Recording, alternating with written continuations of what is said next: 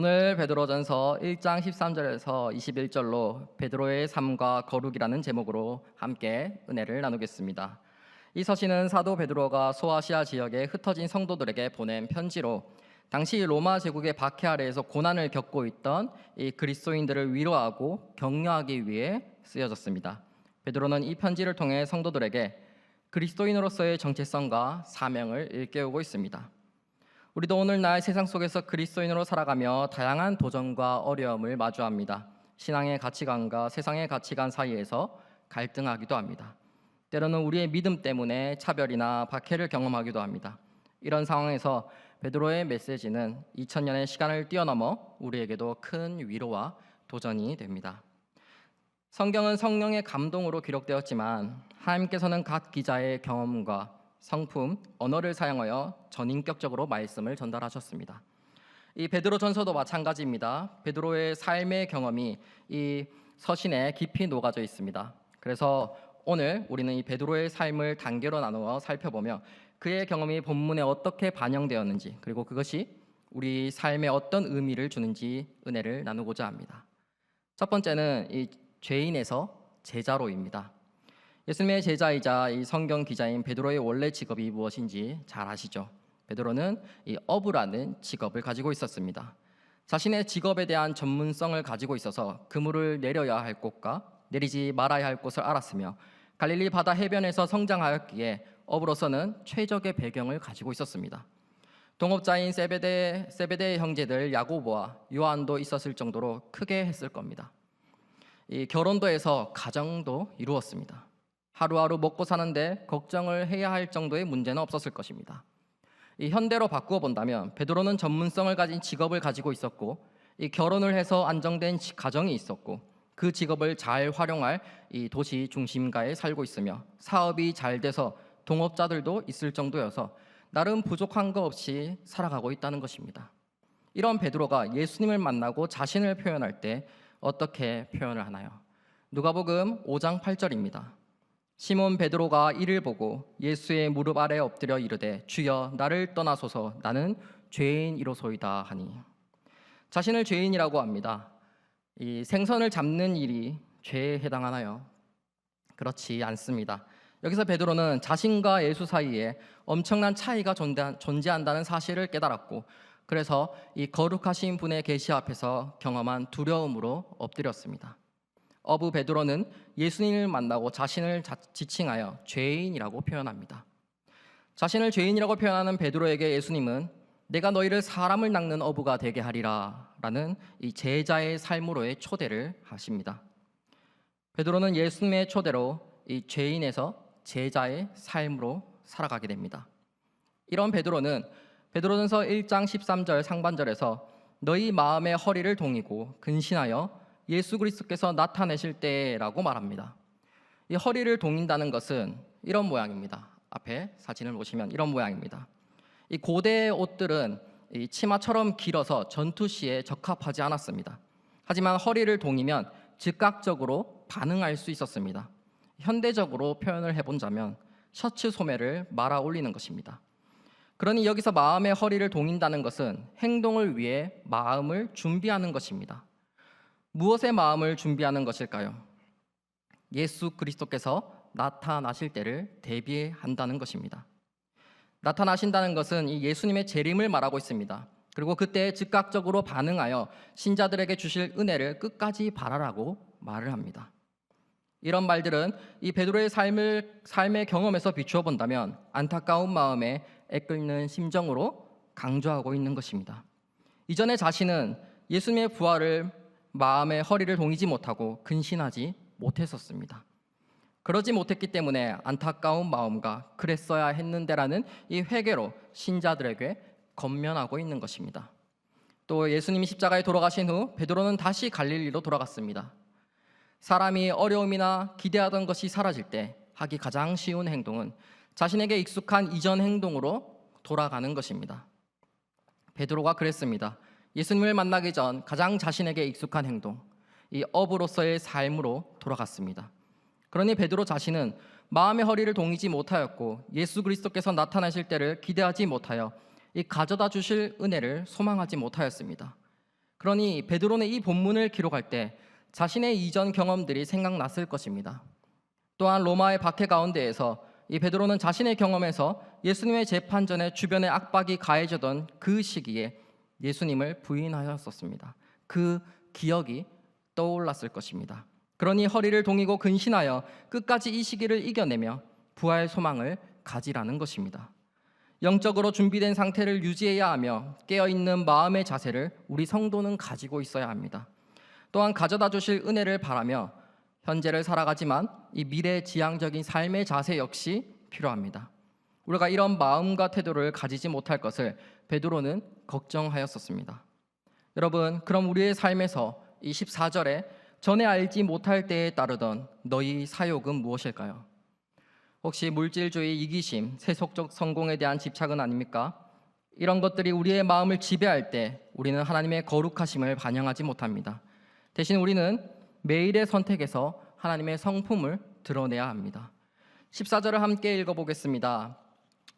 너희가 순종하는 자식처럼 너희 전에 알지 못할 때에 따르던 너희 사욕을 본받지 말고. 아멘. 이 세번역 성경은 조금 더 쉽게 적혀 있습니다. 순종하는 자녀로서 여러분은 전에 모르고 쫓았던 욕망을 따라 살지 말고. 예수님의 부활 전에는 모르고 쫓았던 욕망을 따라 살아간 베드로는 다시 어부가 되었습니다. 죄인인 어부 베드로의 상태로 돌아간 것입니다. 베드로는 이 소아시아 교회와 저희들에게 그렇게 살아가지 말라고 말합니다. 너희는 이제 예수님을 모르던 사람이 아니다. 말씀에 순종하는 자녀이다. 그러니 옛날의 그 모습을 따라 살지 말라고 말합니다. 과거의 무지한 삶과 단절하라고 말하고 있습니다. 그럼 어떠한 모습을 따라 살아가라고 합니까? 15절에 나오는 너희를 부르신 거룩한 이, 예수 그리스도처럼 우리도 모든 행실에 거룩한 자가 되라고 말합니다. 여기서 나오는 행실이란 말은 헬라어 원어로 아나스트로페라고 하는데 뜻은 행동, 사는 방법, 처신입니다. 이 단어가 신약 성경에 13번 등장합니다. 그런데 베드로 전서에만 6번, 후서에는 2번이니 이 과반수 이상이 베드로가 사용하고 있습니다. 이 베드로에게 있어서 이 사는 방법과 행동, 처신에 관한 일이 중요했습니다. 베드로의 삶에서 이 행동이 크게 작용했기 때문입니다. 죄인의 모습으로 살아가는 것이 아니라 그리스도인의 모습으로 살아가야 합니다. 우리를 부르신 거룩한 이처럼 우리도 초청받은 이답게 살아가야 합니다. 뭐뭐답게라는 말이 있습니다. 사람답게, 신사답게, 어른답게, 아이답게. 베드로가 말하고 있는 것은 영적으로 깨어 부활 소망을 가진 그리스도인답게 살아가라고 말합니다. 택하심을 받은 자들은 죄인답게 살아가서는 안 됩니다. 이미 다른 옷을 입었습니다. 그리스도의 보배로운 피로 하나님의 자녀로서의 옷을 입었습니다. 그렇다면 어떻게 살아가야 할까요? 거룩하게 살아가야 합니다. 이 거룩은 하나님의 대표적 속성 중 하나입니다. 거룩함은 단순히 죄를 짓는 것이 아니라 악으로부터의 분리 또는 하나님의 영광에 몰두하는 것입니다. 이 두 가지가 모두 포함된 것을 예로 들면 성막이었습니다. 성막 자체가 악과 죄로부터 분리된 공간이었으며 그 안에 첫 번째 방은 성소라 불렀습니다. 이 공간은 분리되었으며 하나님을 섬기기 위해 바쳐졌습니다. 또한 우리가 왜 안식일이 거룩하다고 말할 수 있을까요? 안식일은 일상생활과 분리되고 하나님을 섬기기 위해 바쳐졌기 때문에 거룩해졌습니다. 하나님의 거룩하심은 그분의 백성이라면 본받아야 할 모범을 제시하고 있습니다. 그러니 적극적으로 하나님의 성품을 닮아가는 것입니다. 이것은 일상에서 하나님의 뜻을 구하고 성경 말씀을 묵상하며 기도하는 삶을 통해 이루어집니다. 우리는 과거의 습관과 욕망에서 분리되어 새로운 삶의 방식, 하나님의 영광에 몰두하는 즉 그리스도인답게 살아가야 합니다. 조금 더 자세하게 적용을 한다면 우리의 일상에서 하나님의 부르심에 귀를 기울이십시오. 베드로를 제자로 부르신 그 부르심에 귀 기울이셔야 됩니다. 우리에게 동일하게 하나님은 부르시고 계십니다. 또한 과거의 습관과 욕망에서 벗어나 새로운 삶의 방식, 그리스도인답게 살아가셔야 됩니다. 아직도 업으로 살아가서는 안 됩니다. 이제는 제자의 삶을 살아가셔야 됩니다. 하나님의 은혜를 기대하며 살아가셔야 됩니다. 우리에게 가져다 주실 은혜에 대한 기대가 없이는 사막 같은 말라버린 심령으로밖에 살아갈 수가 없습니다. 여러분의 삶이 너무 기대되지 않습니까? 오늘은 어떤 은혜를 하나님께서 나에게 주실까? 지금까지 주신 은혜도 감사하지만 하나님은 거기서 멈추지 않습니다. 우리에게 더욱 좋은 것을 주시기 위해 준비하고 계십니다. 그러니 기대하는 마음으로 은혜의 소망을 품으며 그리스도인답게 살아가시기를 축복합니다. 둘째는 배신에서 회복으로입니다. 이 배신이라고 하면 베드로의 인생에서 가장 두드러지게 나타나는 부분이 있습니다. 베드로가 예수님을 3번 부인하는 사건입니다. 이전에 베드로는 내가 죽을지언정 주를 부인하지 않겠나이다 하고 예수님 앞에서 다짐합니다. 하지만 주변의 압박과 자신이 생각하는 것처럼 풀리지 않는 상황을 보며 3번이나 예수님을 부인하게 됩니다. 이 사람은 급박한 상황 가운데에서 냉철한 판단을 유지하는 게 쉽지가 않습니다. 자신이 다짐하고 고백한 말이라도 대답 하나 때문에, 행동 하나 때문에 자신에게 큰 피해가 올 것이라는 긴박한 상황이라면 생각이 나지 않을 수 있습니다. 그렇지 않습니까? 우리 인간은 너무나도 연약한 존재입니다. 이것은 베드로뿐만 아니라 우리에게도 동일한 것입니다. 인간이라는 범주에 우리가 있는 한 우리는 벗어날 수가 없습니다. 그럼 실패로 끝나고 종결되는 문제입니까? 아닙니다. 베드로의 삶을 비추어 본다면 그 다음이 중요합니다. 예수님께서 부활 후 베드로에게 나타나십니다. 베드로는 갈릴리 호수로 돌아갔으며 이전에 죄인일 때 어부의 위치로 다시 돌아가 있는 상태였습니다. 하지만 부활하신 예수님과의 만남으로 베드로는 다시 회복의 길로 들어섭니다. 네가 나를 사랑하느냐? 이라는 이 3번의 질문으로 베드로의 마음에 돌을 던지고 제자의 삶으로 살아갔을 때를 회상시키십니다. 또한 이것은 베드로가 3번 부인한 것에 대응한 것이었습니다. 베드로는 대답으로서 회개와 용서를 받았습니다. 이 회복의 길에 있어서 또다시 거룩은 뗄 수가 없습니다. 거룩과 그리스도인은 함께 걸어가는 것입니다. 그런데 거룩한 삶을 사는 그리스도인은 단번에 일어나지 않습니다. 거룩함은 완벽함이 아닌 하나님을 향한 지속적인 회개와 순종의 과정이기 때문입니다. 베드로의 예수님 부인 사건을 통해 인간은 연약하지만 하나님의 은혜로 회복될 수 있다는 것을 깨닫습니다. 이 회복의 과정에서 경건한 두려움이 중요한 역할을 합니다. 거룩한 그리스도인은 경건한 두려움에서 나옵니다. 경건한 두려움은 전능하신 하나님에 대한 성도의 건강한 존경심입니다. 하나님은 온 땅의 공의로우신 심판자이시므로 우리는 감히 그분을 무시하거나 함부로 대할 수 없습니다. 하나님의 자녀라는 특권적 지위가 우리에게 원하는 것은 무엇이든 할 수 있다고 자유를 준다고 생각해서는 안 됩니다. 우리는 버릇없는 자녀가 아니라 하늘에 계신 아버지께 존경을 표하는 감사하는 자녀가 되어야 됩니다. 이러할 때 우리는 이 배신의 위치에 있더라도 다시 회복의 길로 들어갈 수 있습니다. 경건한 두려움 가운데서 주님을 만나야 합니다. 친구 같은 예수님, 사랑의 하나님 맞습니다. 하지만 그 모습만 기억해서는 공의로우신 하나님을 외면하기가 쉽습니다. 우리 신앙생활 가운데에서 경건한 두려움이 있어야 합니다. 베드로는 변화산에서 하나님이 예수님을 향한 내 사랑하는 아들이요 내 기뻐하는 자라는 말을 들을 때 엎드려 심히 두려웠다고 나옵니다. 경건한 두려움이 있다면 회개와 순종의 과정이 나타납니다. 그것이 거룩한 그리스도인으로 살아가는 인생이 될 것입니다. 그리고 베드로는 1장 17절에서 중요한 메시지를 전합니다.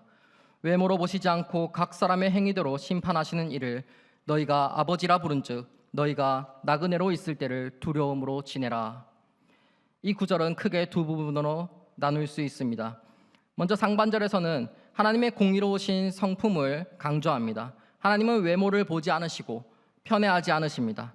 대신 각 사람의 행위도로 공정하게 심판하십니다. 그런데도 우리는 이 어미하신 하나님을 아버지라 부르는 특권을 가졌습니다. 이어서 하반절에서 베드로는 너희가 나그네로 있을 때를 두려움으로 지내라고 권면합니다. 여기서 말하는 두려움은 하나님의 훈육에 대한 경외심을 뜻합니다. 지내라로 번역된 아나스트레포는 이 단어는 앞절에 나온 15절의 행실 아나스트로페와 같은 어원을 가진 동사입니다.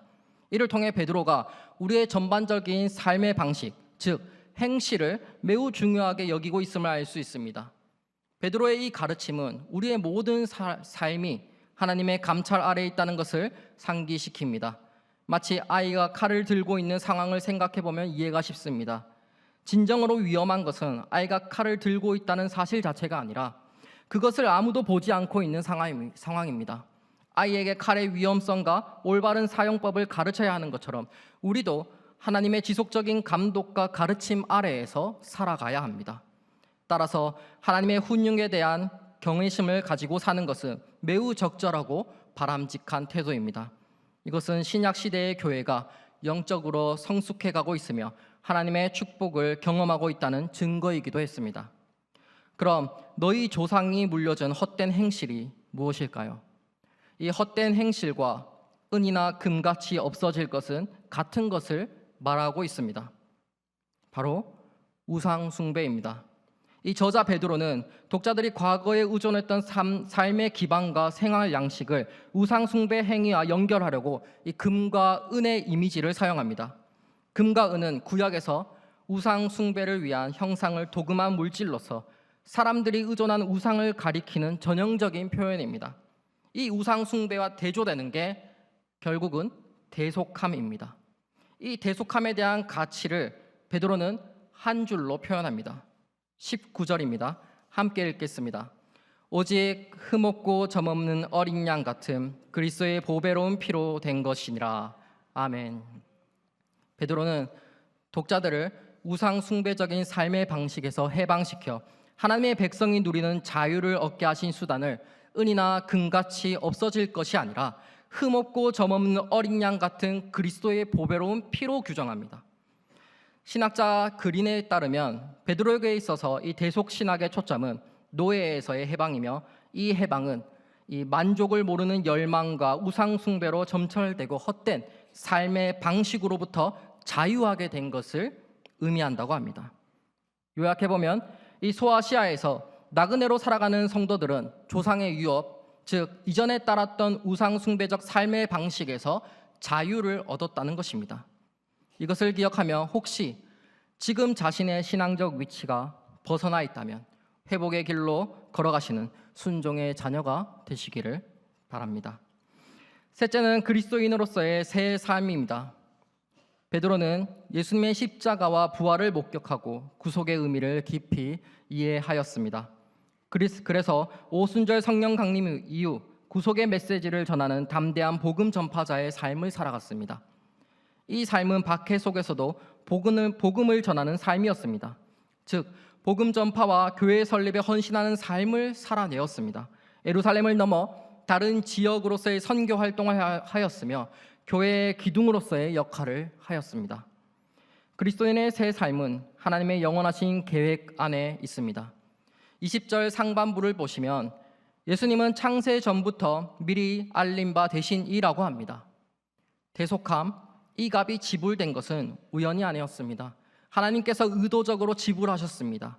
세상의 창조 이전에 미리 선택된 계획이었습니다. 이 미리 선택된이라고 말하는 것은 단순히 하나님이 그것을 일어날 것을 예측했다는 뜻이 아니라 하나님께서 그것을 계획하고 실행하셨다는 것입니다. 그러니 우리 그리스도인으로서 새 삶은 우연에 의한 것이 아니라 의도적인 선택입니다.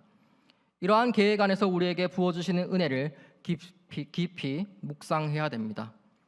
하나님의 영원한 계획 안에서 우리의 위치를 알아야 합니다. 하나님이 우리를 부르신 소명을 발견하여야 합니다. 하나님의 그 영원하신 계획에서 저희에게 원하시는 역할을 발견하고 그리스도의 사명을 향해 달려가셔야 됩니다. 또한 부활의 능력과 믿음이 있어야 됩니다.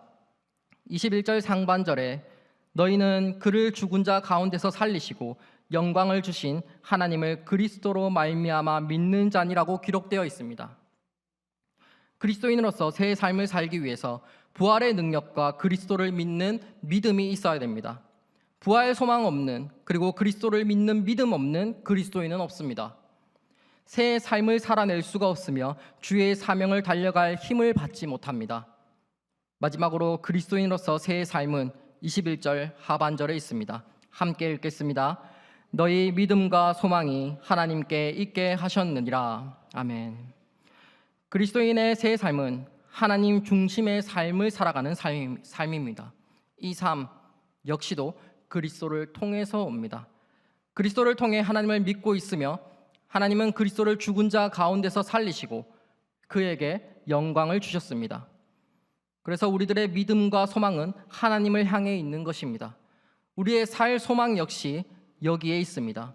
어제 살았던 소망, 오늘을 살고 있는 소망, 내일을 살 소망이 믿음과 소망이 하나님께 있기 때문입니다. 그리스도인을 그리스도인답게 살아낼 수 있는 힘은 바로 하나님께 우리의 마음과 생명이 있기 때문입니다. 사랑하는 성도 여러분, 베드로의 삶은 우리에게 무엇을 말해주고 있나요? 그의 여정은 우리도 죄인에서 제자로, 배신에서 회복으로, 그리고 옛 삶에서 새 삶으로 변화될 수 있음을 보여줍니다.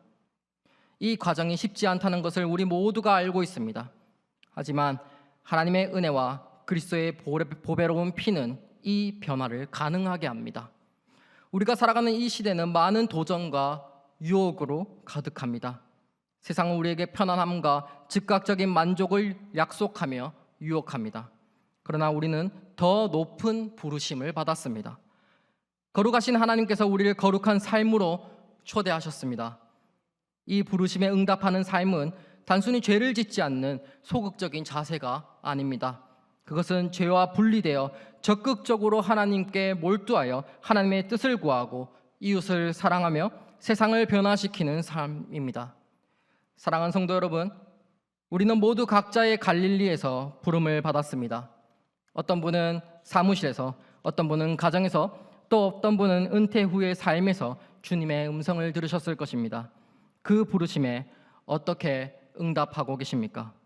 베드로가 그물을 버려두고 예수님을 따랐듯이 우리도 우리를 붙들고 있는 것들을 내려놓고 주님을 따라야 됩니다. 삶이 때로는 어렵고 힘들 수 있습니다. 세상의 유혹과 압박이 우리를 둘러싸고 있을지도 모릅니다. 하지만 기억하십시오. 우리는 혼자가 아닙니다. 베드로를 변화시키고 회복시키신 주님께서 우리와 함께 하십니다. 그분의 은혜로 우리는 날마다 새로워질 수 있습니다. 그러니 우리의 믿음과 소망이 언제나 하나님께 있게 하십시오.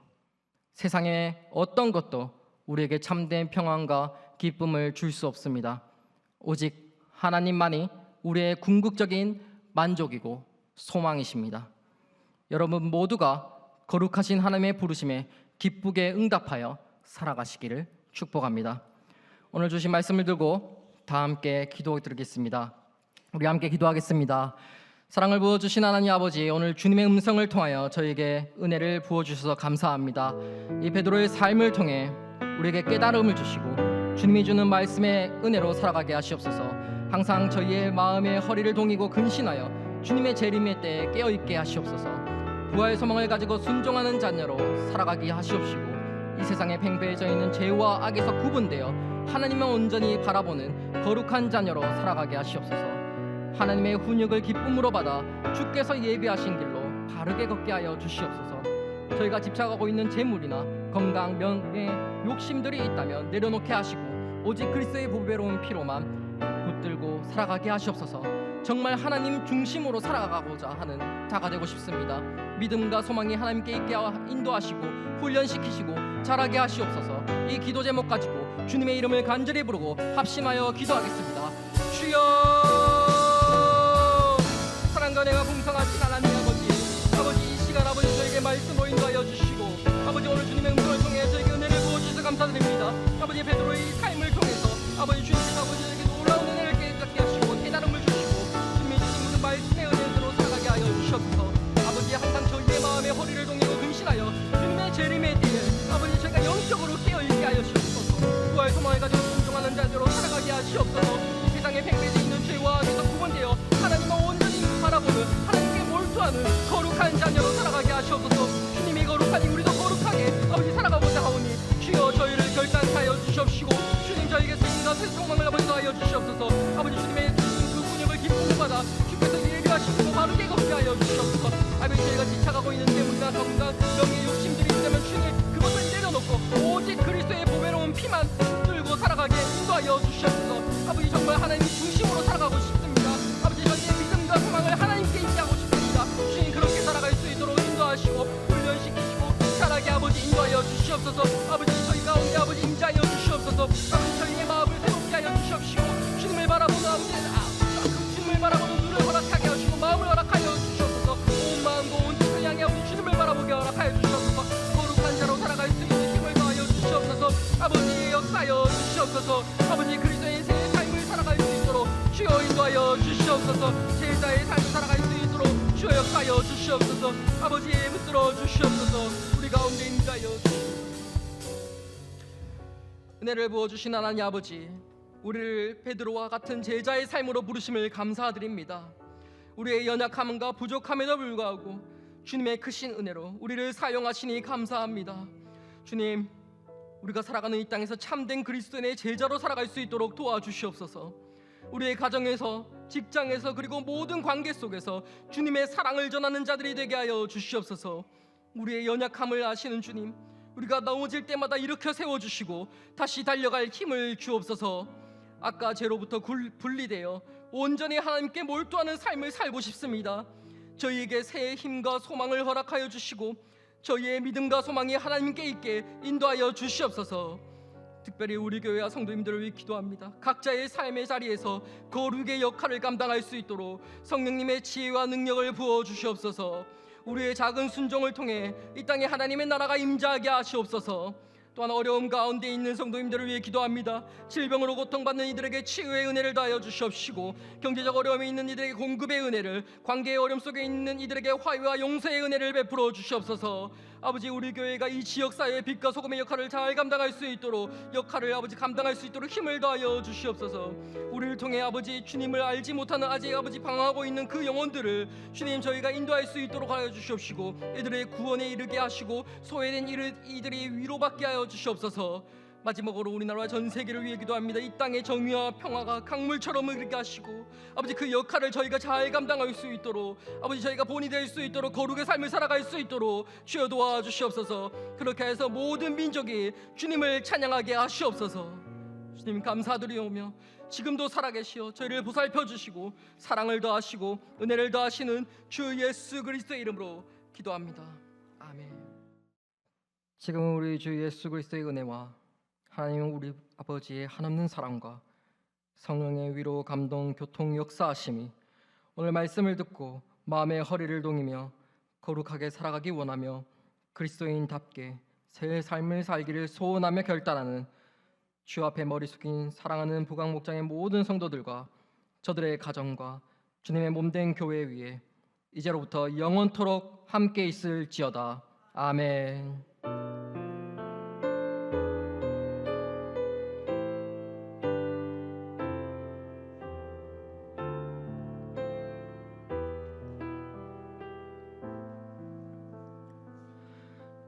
주신 말씀과 가지고 나온 기도 제목을 가지고 자유롭게 기도하시다가 돌아가겠습니다. 기도하겠습니다. 주여 상관에